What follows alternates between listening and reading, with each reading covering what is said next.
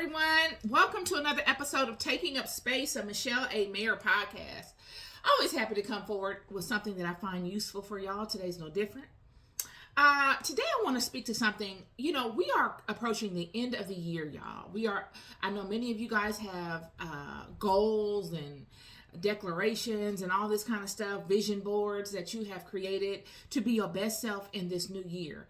And I'd like to leave you with a nugget that you can use in accordance with whatever you already have going on to strengthen that, to make you more successful in achieving those things.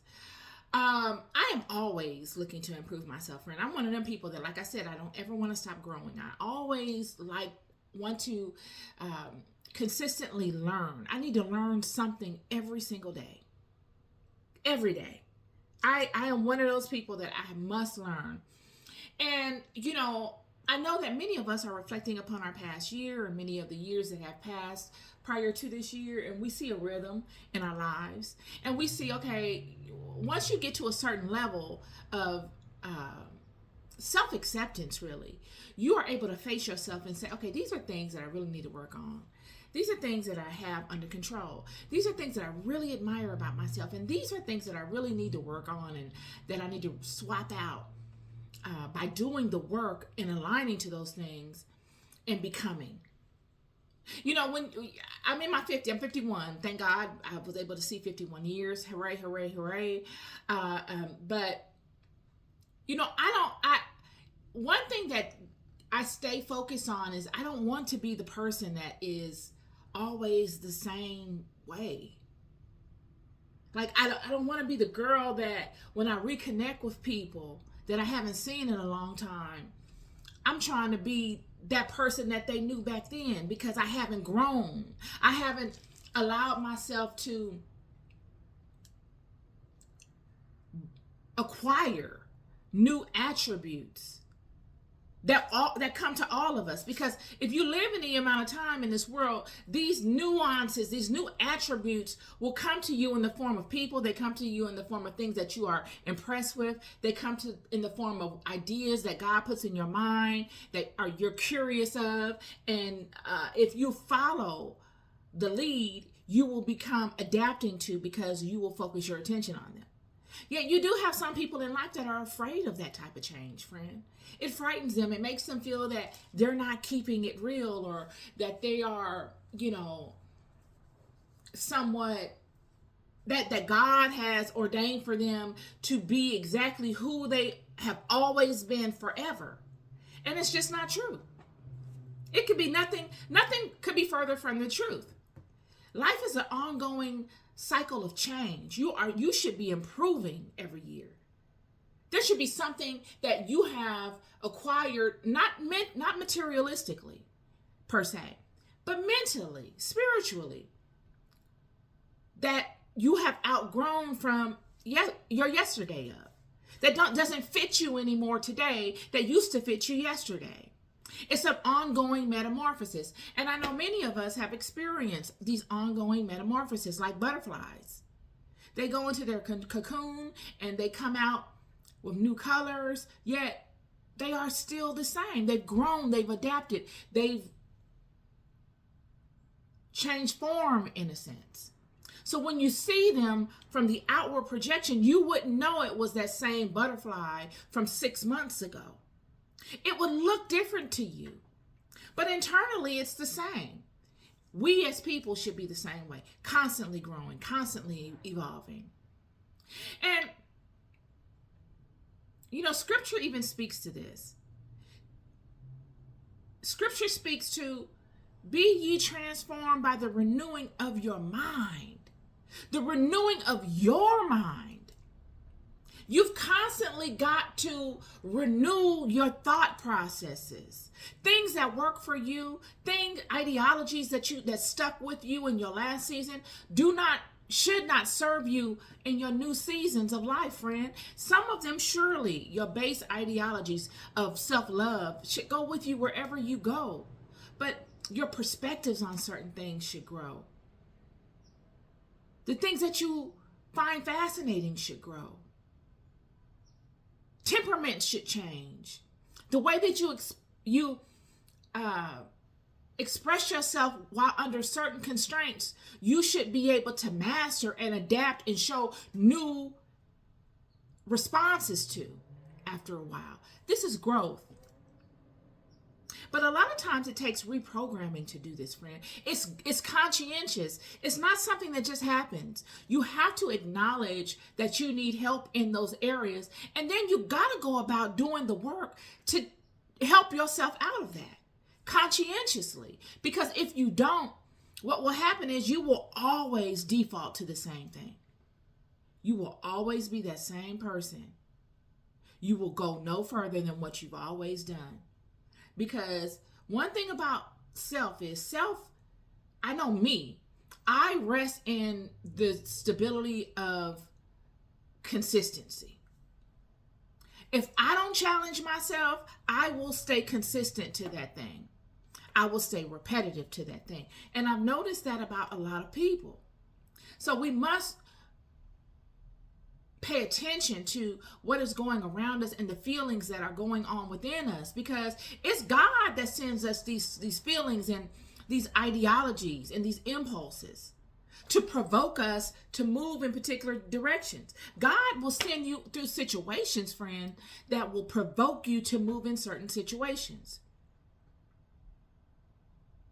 And a lot of things that we go through in life, when we get to a certain stage and we say, darn, I really feel like I should be doing more, and I just don't know what my calling is. And we began to do all these different things trying to find really what we love. Yet we don't feel confident a lot of times in coming forth with those things and presenting them to the world. I know I didn't. It was a stage in my life where I would have never done this. You couldn't have paid me to come on here and do this. Even though it's always been my love and fascination, I've read my Bible since I was 13 years old. But I never proclaimed it to the world. You really had to know me to know that. You really had to be brought into my circle and come to my house and sit with me, and you will see that I have my Bible handy and I got bookmarks in it and all that kind of stuff. It was nothing that I led with. Because isn't that how the things you love are? You don't lead with them. You don't openly try to gain popularity by them. You protect those things. You don't show them off like that. And that was the season I was in grasping the concept and getting embedded in the word and knowing the word and walking in the word and cross-referencing it with being in the world. And I was going through that whole little word battle. I would pray to God. I'm like, God, I want this job. Please, God, let me get this job and help me to get on my feet and help me to be this, help me to be that. And I would lean in on the word during those times. I was on my best behavior during those times, friend. God got all of my attention during those times. And then when the sun shined and God was pouring out his blessings and letting me have all the things that I had prayed so hard for, I didn't have time for God anymore. I always had my Bible handy, but I put it over on the shelf because I was partying. I'm coming back with hangovers and on the phone talking about the night before and what this guy was taking me out and where we was going and what he was saying and all this kind of stuff. I had become enthralled in the world again. I couldn't balance the two. It was one wanted my attention totally, and I had to give up my attention to the other. And then I would repeat this vicious cycle, and all the things that God would give me would dwindle away. And I'd be back in this place of lack and desire. And I'd be back at God. God, it's me again. I need your attention. I need your help. Please help me. Please this, that, and the other. Until finally, I can remember the day it happened. It occurred to me. You only come to God when you want something. You have a fascination for the word. Sure, you read it, but you don't read it in the way that you should. You don't read it in the way that you should only until you find yourself in a situation where your back is against the wall and you want something. Why can't you keep this relationship going even when the sun is shining? Wonder what life would be like if you kept it going all the time. And then I would still didn't act on it. It was just something I thought of. I remember that day though. And then God would send me through situations, friend, for long periods where I studied and I stayed in alignment and I became devoted so much that I didn't know what life was like without being devoted the way that I was. Yet I could have alleviated all that. I can recall times when I was getting nudges from spirit and saying, hey, pay attention to this. If you would just keep this relationship consistent, all these things are yours anyway. You're my child. I'll never have you out here with your butt hanging out. That's not what you were born to be or do. That's not in your bloodline. Yet I'm having to put you through these things because I need you to see what you should be doing. And had I listened to those things, I could have saved myself some experiences that served me regardless. They served me regardless, friend. And I'm here to tell you that had I not gone through them, I don't know if I'd be as capable as I am. And many of you feel the same way. And it came to a point, what I'm getting to is, because I don't want to make this about me, but I have no other way of conveying these truths to you without pulling from experiences. Anything outside of what I convey to you that is not an experience of mine is a lie. And I'm not a liar. So, the main focus of this conversation is you have got to believe you. You've got to love yourselves, y'all. You've got to love yourself enough to know that you are capable of doing and being and standing in whatever you desire, as long as as long as it's righteous. Because the righteous thing is the only thing that's lasting. You can partake of all the tables and all of the fruit of the garden, the whole buffet. But the only thing that's lasting is that which is in alignment to your house, to the God of your house. Everything else will only act as a experience that will lead you back to that. That's it.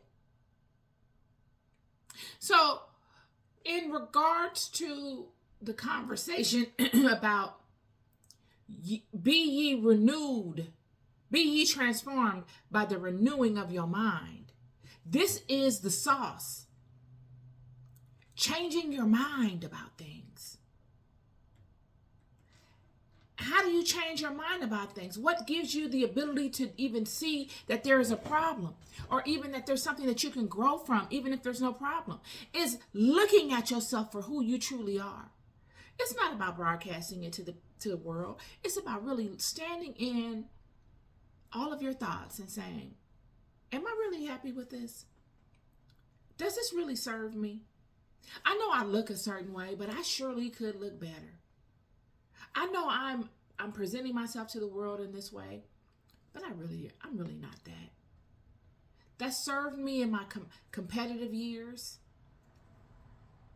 It made me feel capable amongst men and women just by being me and stepping out with what God gave me, my natural self, and competing at that level. I know that I'm capable because I was able to compete with just what I had. But all of that weaponry that I used in that season can either serve me in my new season, my now, or it can weigh me down. What do I need to remove and replace? And what do I need to replace it with? And all these things have nothing to do with material items. All these have to do with states of mind. And in order to remove them and replace them, you must reprogram your mind. How does this tag into your vision board and to all of your mantras that you declare over yourself for your new year? Whether you speak them intentionally over yourself. I am loved. I am prosperous. I am abundant. I am successful. I am wealthy beyond measure. I am all health. Whether they're those things that you do like that, or you say them in the quiet of your mind. No weapon formed against me will not ever prosper. Not in this life, nor in the next, not ever. I am thankful. I am grateful. All these things are programs. All of them. And the more you say them, the more they become who you are. You can legitimately reprogram your entire existence just by what you say to yourself. These beads that I have here, these are my grandmother's beads, y'all. She transitioned, and when she transitioned, I got some of her belongings, and one of which is these beads. And I changed these. Well, they're still her beads, but I use them. I use them quite extensively at a time to reprogram myself.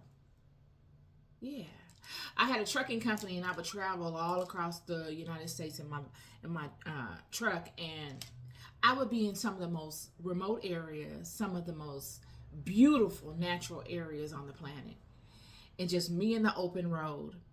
And I'd be sitting in the silence of my truck, and I would reprogram my mind while driving down the road. And I would say things to myself. I mean, just on an example, I am successful. I am successful. I am successful. I am successful. I would say it, I would feel it, and I would see it. And the longer I went down this chain, the more I would grow in power and in vision and in emotion of what I was saying. The longer I'm just using I am successful as a word. The longer I would go, because this is 100 beads up until it gets to this black point, the more I would grow in momentum, in programming my mind, my subconscious mind, which is the powerhouse of the mind. And I would visualize the things that I am successful in. I would feel myself in those things and standing in them and being them and embodying them. I would see my family benefiting from my success in a positive way. All these different things I would begin to do. I would program myself in a protective aspect. I am protected. I am safe.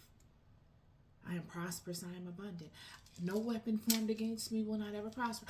Excuse me. All these things I would see myself as embodying, so that when I said them, there was substance to my words,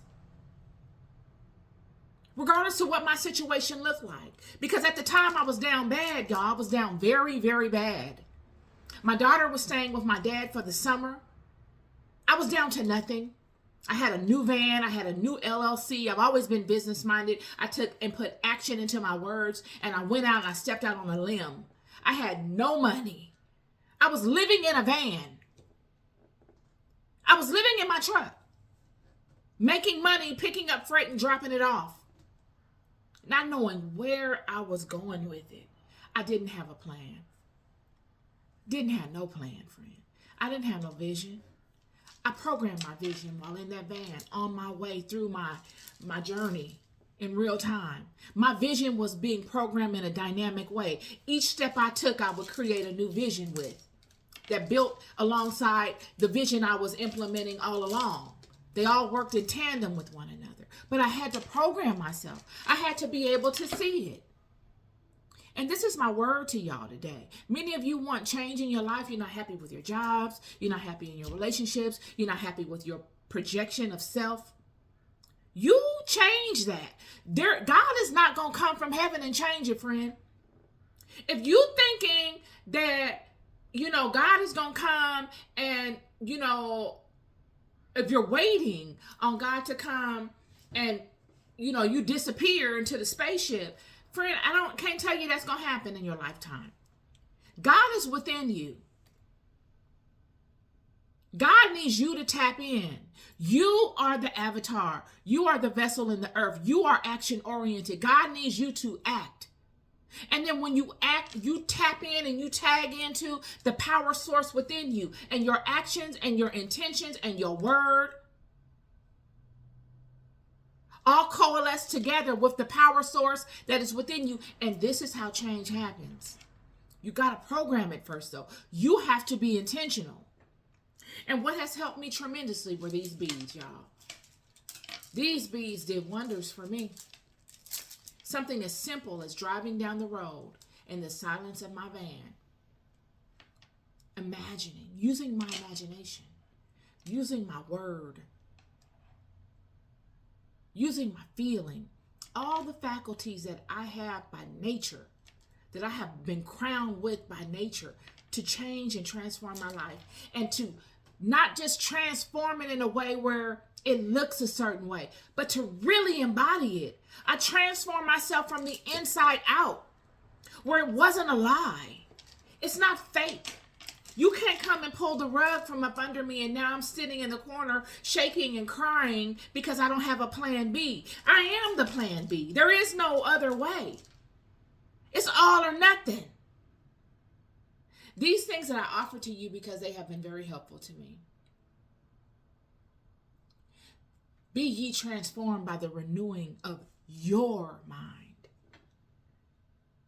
Yours. You are the CEO, the owner, the founder, the captain of this marvelous ship. And it might look like a little small tugboat right now. But whatever you pour into it, whatever visions you forecast out for it, and whatever action you use to make that thing happen, only determines how big it grows. That little tugboat that you call you, that beat up looking tugboat, dusty, tattered and torn, that tugboat that you don't really pay no attention to, that you don't show any love to because mentally you feel defeated while in it. When you change your mind and your focus on it, that tugboat will be a billion-dollar yacht that the leaders of the world will want to rent and spend vacations on. But it all starts with you. Just want to come on today and be useful to you. Always looking to be useful and give you gifts and things that I have been able to utilize in my life. Go sit. Oh, I thought I paused the video. My doggy was barking. But utilize in my life, and that you can utilize too. You don't want to be the same person you were 20 years ago. It doesn't look nice. You were birthed into this life to consistently grow and evolve. Let your light shine, friend. What harm is it going to do to step out on faith and go do the unthinkable? When else are you going to do it? The time is now. The ball is in your court. Be useful in the space you take up. Be good to yourselves and be good to each other. Peace and love.